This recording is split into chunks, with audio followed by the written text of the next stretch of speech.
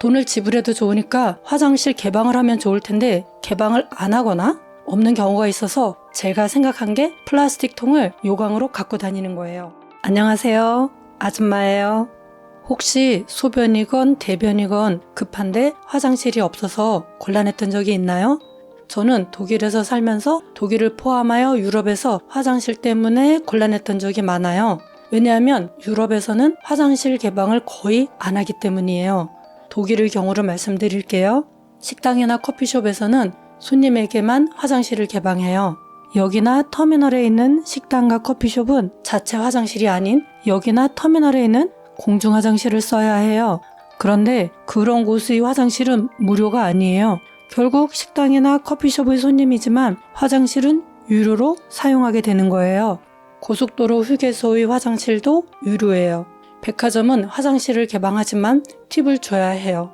팁을 안 줘도 뭐라고는 안 하지만 지키고 있는 청소부에게 좀 미안하기도 하고 눈치가 보여요. 교외에 있는 대형 매장은 무료예요. 그런 곳에는 볼 일이 없는 한 갈 일이 거의 없기 때문에 어차피 고객들이 화장실을 이용하게 되는 거예요.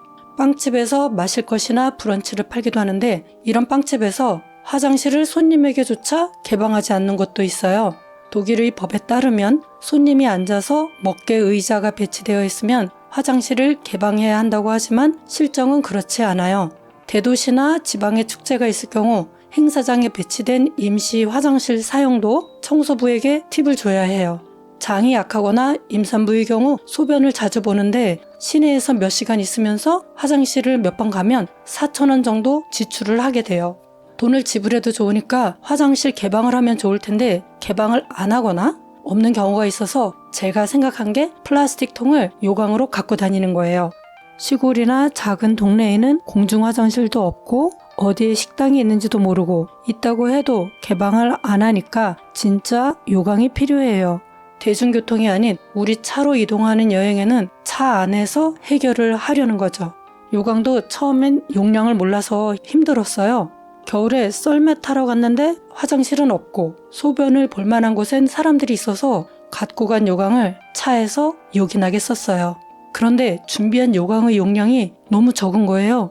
소변의 용량을 재어본 적이 없어서 몰랐던 거예요. 자신의 소변 용량을 아는 사람이 있을까요? 저는 몰랐어요. 요강이 넘치겠다 싶어서 소변을 끊으려는데 몇 시간을 참았던 터라 끊이질 않는 거예요. 요강이 넘치지 않도록 안간힘을 썼어요. 어찌어찌 하여 멈췄는데 너무 힘들었어요. 그 다음부터는 더 큰 통을 요강으로 갖고 다녀요. 독일에서 살면서 그리고 유럽에서 여행하면서 생긴 습관이 있어요. 외출 시간이 되어가면 물을 마시지 않는 거예요. 여행 중에도 저녁 식사 때는 마시고 싶은 대로 마시지만 낮에는 물을 조금만 마셔요. 유럽에서는 식당에서도 마실 물이 유료예요. 그 어디에서든 무료로 제공되는 물은 없다고 보시면 돼요. 그래서 사람들이 장시간 외출하거나 여행할 때 물통을 갖고 다녀요. 한국에서는 물을 마시거나 배출하는 것에 있어서 신경을 쓴 적이 없는 것 같은데 독일에서 살면서 그리고 유럽에서 여행하면서는 물을 마시는 것도 배출하는 것도 신경이 많이 쓰여요. 여러분도 화장실 관련한 추억이 있나요? 오늘 제 이야기는 여기까지입니다. 끝!